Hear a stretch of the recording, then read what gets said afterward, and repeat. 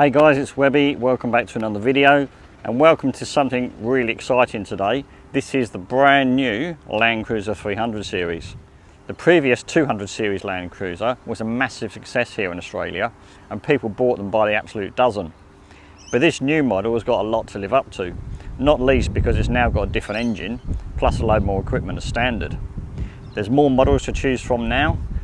You've got the original GX, GXL, VX and Sahara, but they're now joined by Sahara ZX and GR Sport. So there's a much broader choice of models to choose from to fit every situation. In this video, we're going to be having a quick look at the Sahara model, which on previous generation 200 series was one of the best selling versions. Now, one of the biggest talking points about this new 300 series is what's under the bonnet. On the previous 200 series was the 4.5 litre twin turbo V8. That's been replaced by a 3.3 litre V6 twin turbo diesel. But the good news is this has got more power and more torque than the outgoing 4.5 litre. It's now up to 227 kilowatt and 700 newton meters of torque. That's now linked to a brand new 10-speed automatic gearbox, which has helped reduce efficiency to just 8.9 litres per 100. Now, in terms of exterior styling, it's very recognisable as a Landcruiser. Although it's been brought up to date and looks much more modern, there's still that Landcruiser shape and look to the car, which I think is good, because at the end of the day, if it's not broke, why fix it? Like I say, it's very recognisable. The front grille is very sort of in your face, it's very sort of square and quite angular. You've got this dip in the middle of the bonnet, so it almost makes two sort of humps either side. You can say this big dip in the middle, so it's quite an aggressive sort of look to the front of the car. And in terms of lighting, all models now get LED headlights, plus also LED daytime running lamps. On this Sahara model, we actually get bi-LED headlights. So that means both the low and the high beam headlights are LED instead of xenon or halogen. That means that you get a much longer and a much wider beam of light, but it's also much brighter as well, which is great if you do a lot of nighttime driving. So coming around to the side, the way you can spot this is a Sahara model is we've got the chrome door mirrors and also the chrome strip on the door handles as well. We've got 18-inch alloy wheels, we've got the side steps which are standard, we've got the roof rails, we've got privacy glass, and we've got this nice chrome strip across the bottom of the window. The back of this 300 series looks a little bit more squared off to me than the previous 200 series was. So it looks a little bit more sort of angular and boxy, but I think that's actually quite a nice look. It's sort of very modern looking and quite muscular. I actually quite like the back of this car. Again, talking about headlights at the front, we've got LED tail lights as well, so that's another nice addition to see. Obviously rear parking sensors, reverse camera, and also factory fitted tow bar. Now obviously, as you'd expect, we've got an electric tailgate here on the Sahara model as well.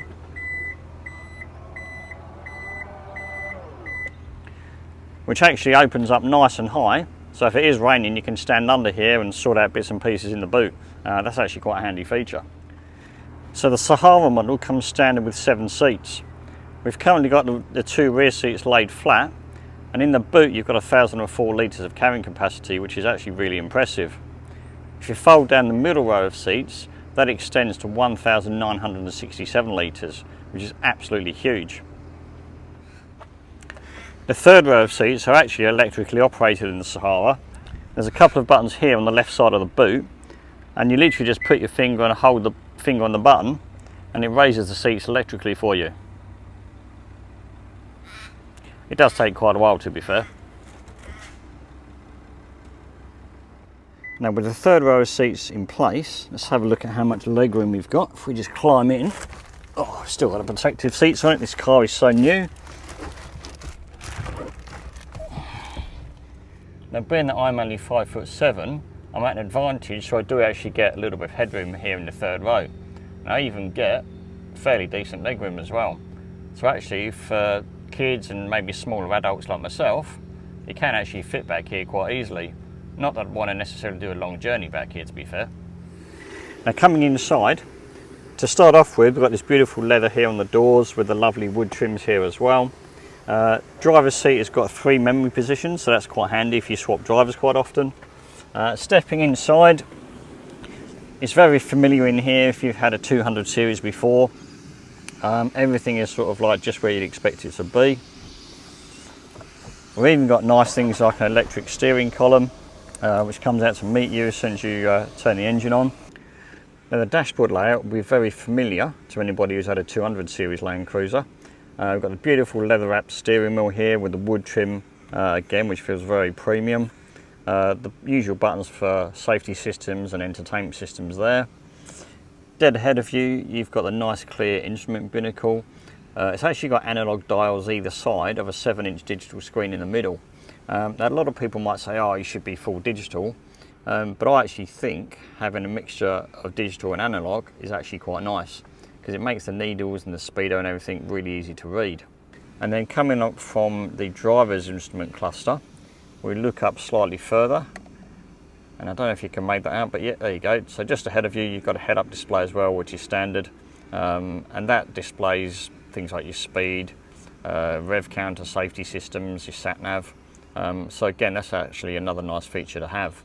Coming across onto the centre console, you've got a 12.3-inch entertainment screen. That's standard on VX models and above, so obviously we get that here on the Sahara model.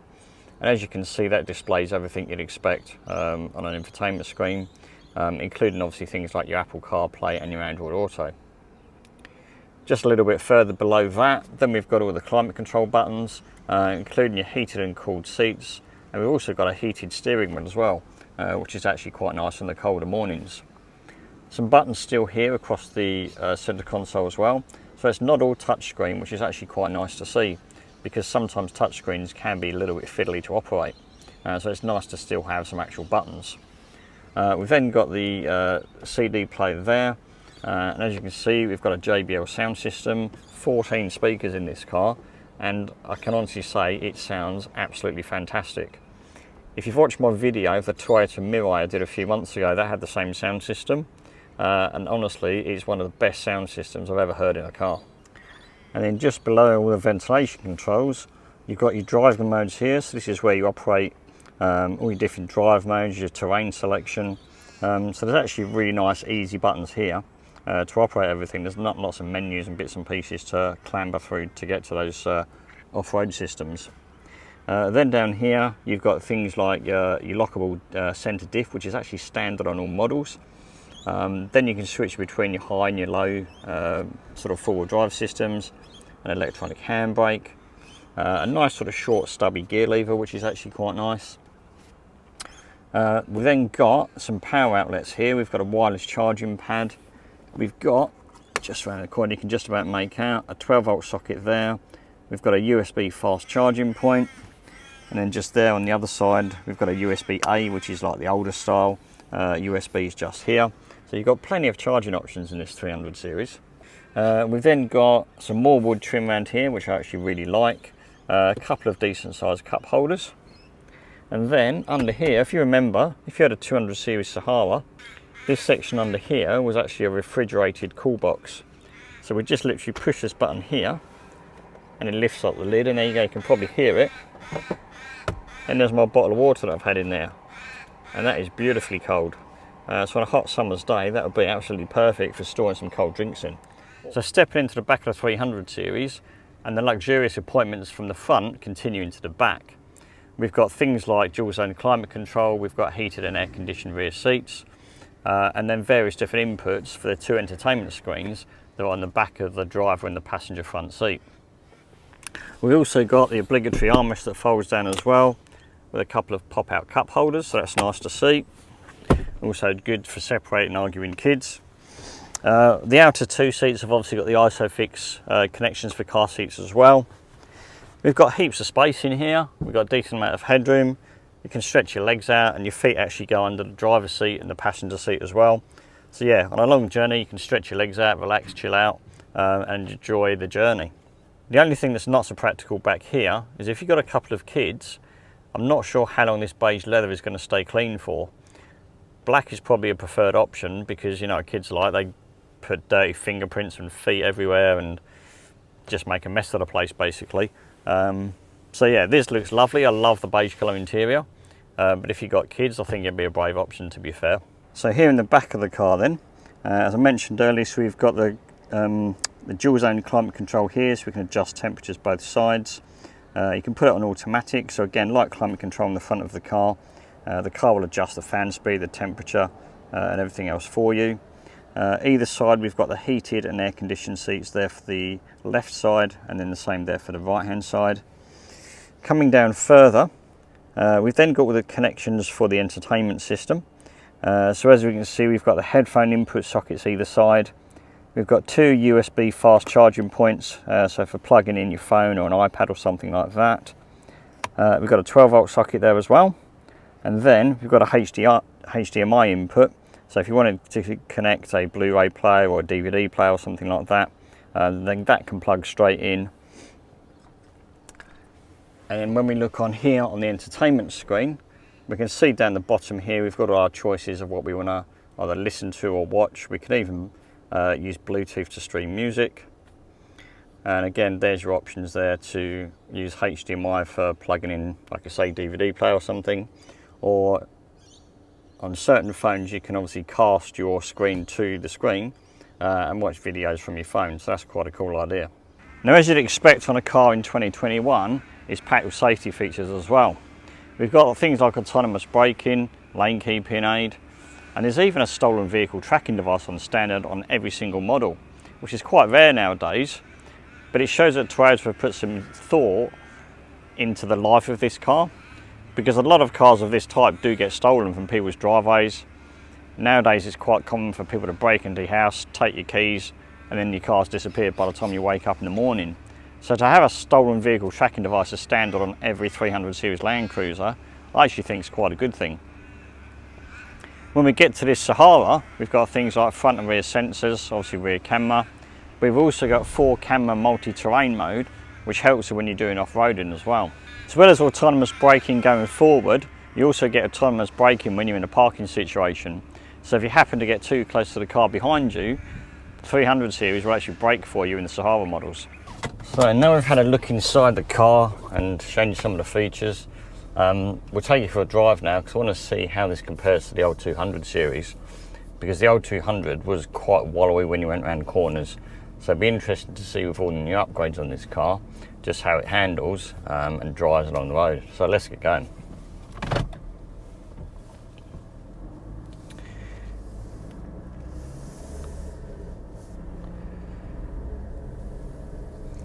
The one thing you can immediately tell is this 3.3 V6 twin turbo diesel is a lot quieter and more refined than the old 4.5 V8. It just feels a bit more refined and smooth on the road. You can still tell it's a diesel, it's got that diesel sort of noise about it, but I don't necessarily think that's a bad thing.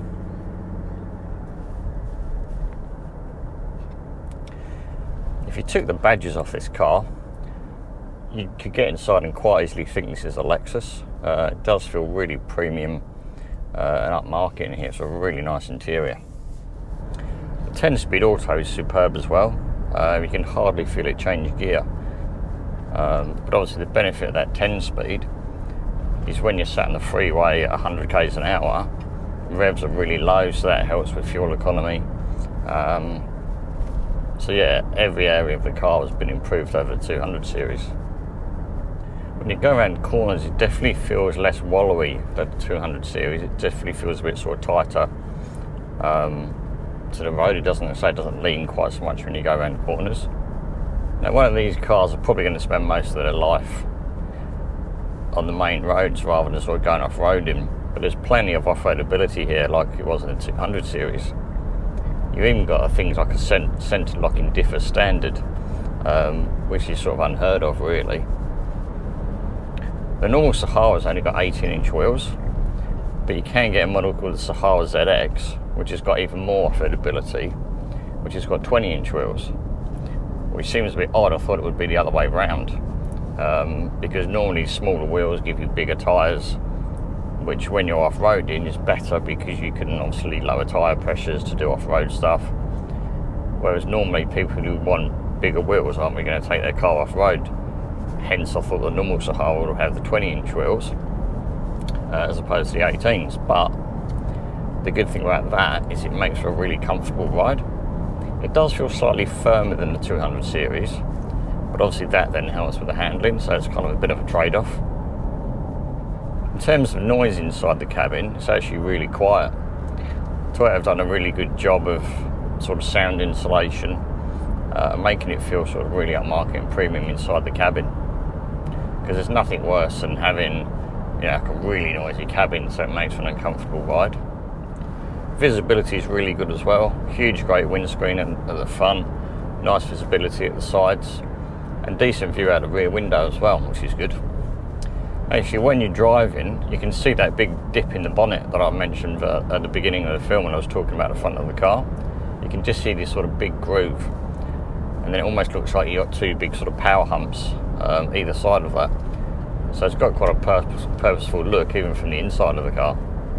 Now you wouldn't know it, but I'm currently on a gravel road. The suspension setup and those larger tyres make for a really comfortable ride, even when you're not on a tarmac surface. It's actually really, really impressive. So what about this new engine and gearbox then? Well, anyone who was a fan of the old 4.5 V8 and thought this new one was going to be less desirable, less powerful, come and have a drive of it. Honestly, it will blow you away. It sounds good, it drives really well, it's got plenty of performance. When you put your foot into the carpet, it really goes. And for a car that weighs 2.6 tonne, it's really, really impressive. You gather speed at a pretty alarming rate, to be fair. Certainly at a pace you wouldn't think a car this heavy would do so. Yeah, if you're unsure, try and get a drive of one of these, because honestly, you'll be really impressed. Now, what about price? Well, there's the thing. This Sahara has gone up by about $7,000 over the 200 series, which these days is kind of standard. Everything seems to go up in price when a new model comes out. But you've got to remember there's new technology, there's a new engine, there's a new gearbox.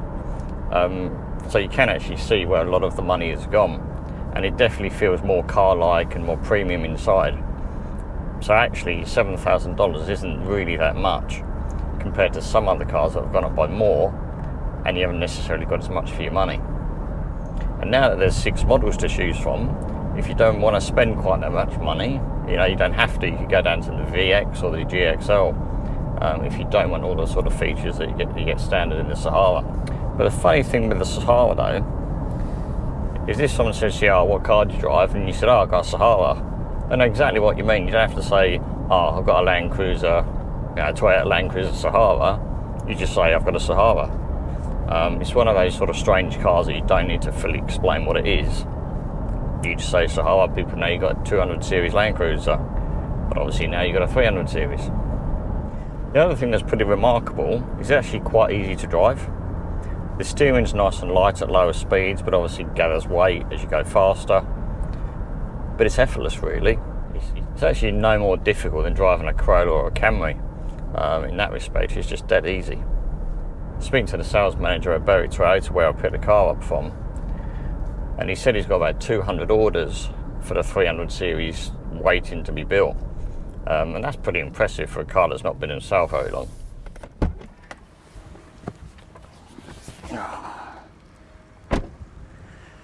So that brings us to an end to the video of the brand new 300 series Sahara. I hope you've enjoyed it. Give you a bit of an insight into this brand new car that's just launched here in Australia. As ever, if you've got any questions or comments, please leave them in the comment section below for me, and I'll come back to you as soon as I can. Be interested to know how many people have actually ordered one of these or have already got one of these. I'd love to hear your feedback as well. You know, which model did you choose? What have you already got? I'd love to hear what people are thinking of this car who already own one. If you've liked the video, obviously hit the like button. Don't forget to subscribe and turn on the notifications, so every time I review a new car, you'll find out as soon as it hits the YouTube channel. Thanks very much for watching. I hope you've enjoyed the video, and I look forward to seeing you all in the next one.